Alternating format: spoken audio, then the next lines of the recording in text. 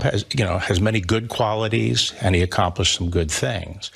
But the fact of the matter is, he is a consummate narcissist, and he constantly engages in reckless conduct that puts his political followers at risk, and the conservative and Republican agenda at risk. Would he put the country at risk if he was in the White House again? He will always put his own interests and gratifying his own ego ahead of everything else, including the country's interests. There's no question about it. This is a perfect example of that. He's like, he's like a defiant 9-year-old kid who's always pushing the glass toward the edge of the table, defying his parents to stop him from doing it. It's a means of self-assertion and exerting his dominance over other people.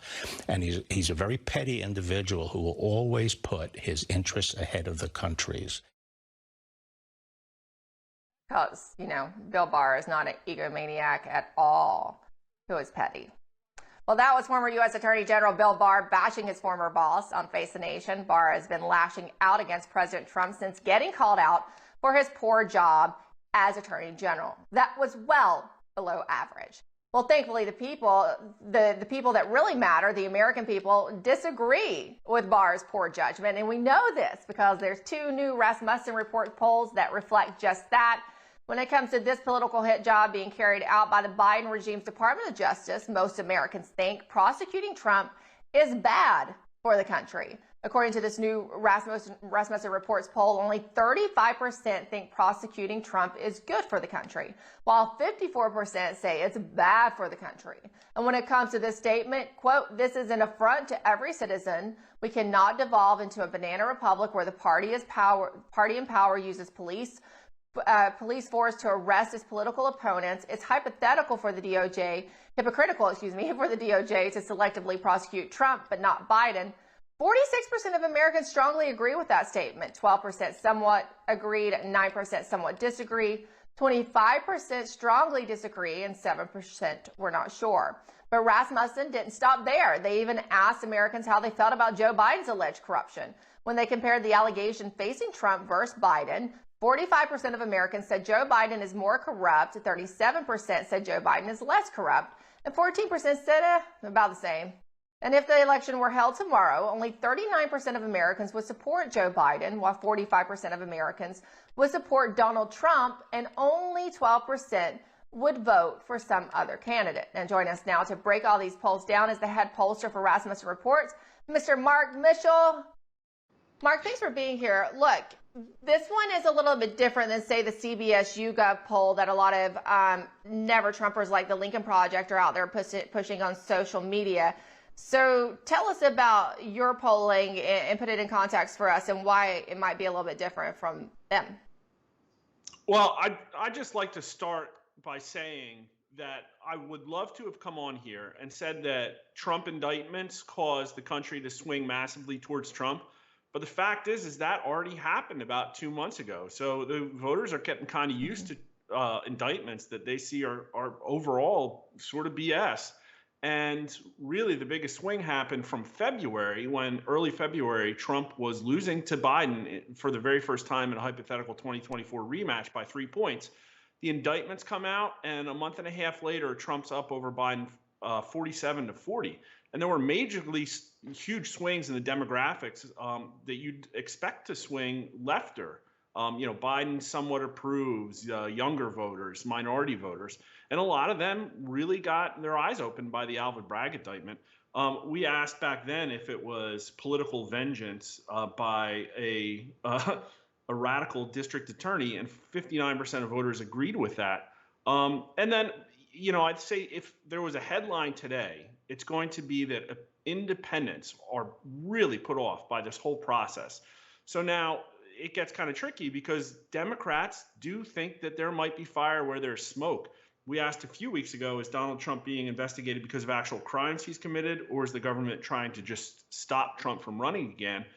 Back then, 50% of voters, half the country, said that it's just the government trying to stop Trump from running, but 44% said there's actual crimes.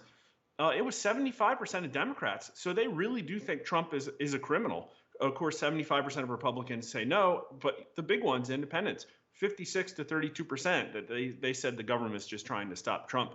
So now back to all of these today's numbers, the top lines are huge, with 54% of the country saying that it's bad that Trump's being indicted, only 35% saying good. Keep in mind, over 50% of the country theoretically voted for Biden. So that's just a huge swing in public opinion by itself.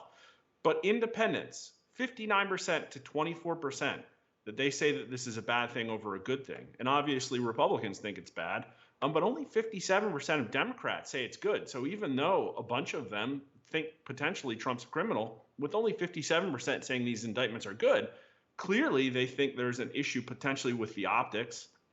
Now, the affront to every citizen, quote, hypocritical for the DOJ to selectively prosecute Trump but not Biden. We put Trump's name in there. We were, this was not a push poll question. We were very clear with people that this is a hypocritical targeting of Trump by the Biden DOJ. 58% of all voters agree with that. Only 34% disagree. But the independent numbers, again, are just incredible. 62% of independents agree with that. Only 28% at least somewhat disagree. Only 21% disagree strongly. So independents look at this and say it's bad for the country. They say it's weaponization politically of the DOJ. 37% of Democrats agree with that statement, and only 55% disagree. So even Democrats think that there could be something political about it by a large amount. But the big one, again, is this Trump versus Biden 2024 hypothetical rematch. And again, to recap, we had Trump winning 47-40. I think it was back in the end of March or beginning of April. He's holding about a similar lead, 45% to 39%. So a 6-point lead. That's probably just statistical noise. But the real big one is that back then, he was only winning by 8 points with independents. Now he's winning by 20 points. So where did the offset come from? The offset came from Democrats. So Democrats are happier with Biden now than they were a few months ago. And you'd have to say, with everything in the news, it's probably just driven by the indictment. So it's really politicized, people, but it's making the independents lean farther to the right and come closer to Republicans. So it's interesting that Democrats are happier with Joe Biden, right, than they were. But in this other poll that you did asking about the job that Joe Biden is doing, is President Joe Biden a better president or a worse president than most recent presidents? He doesn't perform very well there. At only 32% saying better and 52% saying worse. And then you had, a small faction of people who didn't know how they felt about anything, really. So, I mean, it's kind of weird, right? That kind of contradicts each other, these poll numbers. Well, the party internals really tell you what's going on there. 81% of Republicans say that Biden's worse than previous presidents. 12% of Republicans say better. But again, there's about 20% of Republicans who are just never Trumpers or really don't know what the party ID means or are mistaken or whatever. Now, but independents, 60% say Biden is worse than previous presidents. 20% say better. But Democrats, 60% of Democrats legitimately come out and say that Biden's better than recent presidents. And that would presumably include Obama and Bill Clinton. And so I think the amount of anti-Trump Democrats is higher than the amount of Democrats that strongly support Biden. He gets pretty low, strong support numbers. But his approval rating among Democrats is sitting in the mid-70s right now. And that's just when it's dropped. It's dropped for only a few times and for very strong reasons. One was in the beginning of January 2022 when people were really upset about the extension of COVID lockdown measures. And another time was right after the Supreme Court ruling on Roe versus Wade, which really made Democrats mad, but then they circled their wagons. So they look at him, and I don't know if it's because they aren't seeing the same news we are, or they're believing what they're told, or they're just overlooking things, and they're happy that there's this lockstep, administration in there, really pushing progressive agendas. I don't know, but a 75, 74, something like that approval rating for Democrats, and 60% of Democrats say that presumably Joe Biden is better than Obama. Wow. Now, I find that really, really hard. That one's kind of hard to believe. I mean, Obama's their golden child. I still hear people talk about what a good man Obama is and Michelle and what a good person. And I think people, when I talk to them, seem a little if they're not like, Joe, they think he's, they just don't think he's very bright. They're just kind of like, they don't really care, on the Democrat side. Now, the Republicans, of course, think he's totally corrupt. So that's interesting. Maybe the only person, that's really, really, really pulling bad is Mike Pence. And we don't have those numbers on screen for you, but he's still not, that man's still not picking up any favorability. And I bring it up because he's literally doing a media blitz right now, since he has announced, right? So, he's doing a media blitz, getting lots of attention, but his numbers aren't going up. And I want to tell you, since you were last on, we talked about polling the fly. Well, guess what? Our senior producer, Brianna Morello, did. She did that for you there, Mark. And this is the results we got. It was pretty decisive. The fly is overwhelmingly more popular than the former vice president, the fly that landed on his head.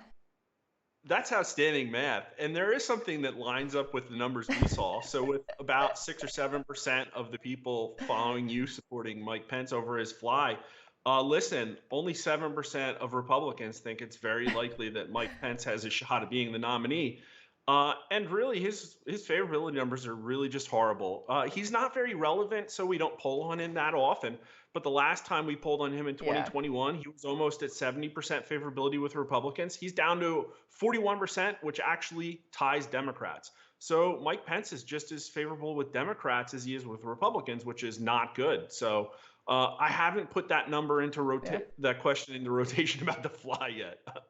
I'm not sure I'm going to be able to convince our managing editor. It's just fun. They might, yes. So that's why we did it for you. We didn't want you to hurt your credibility. But that's right.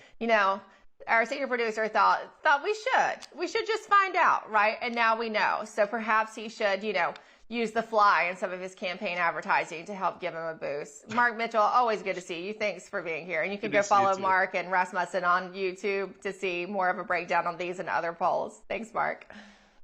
My pleasure.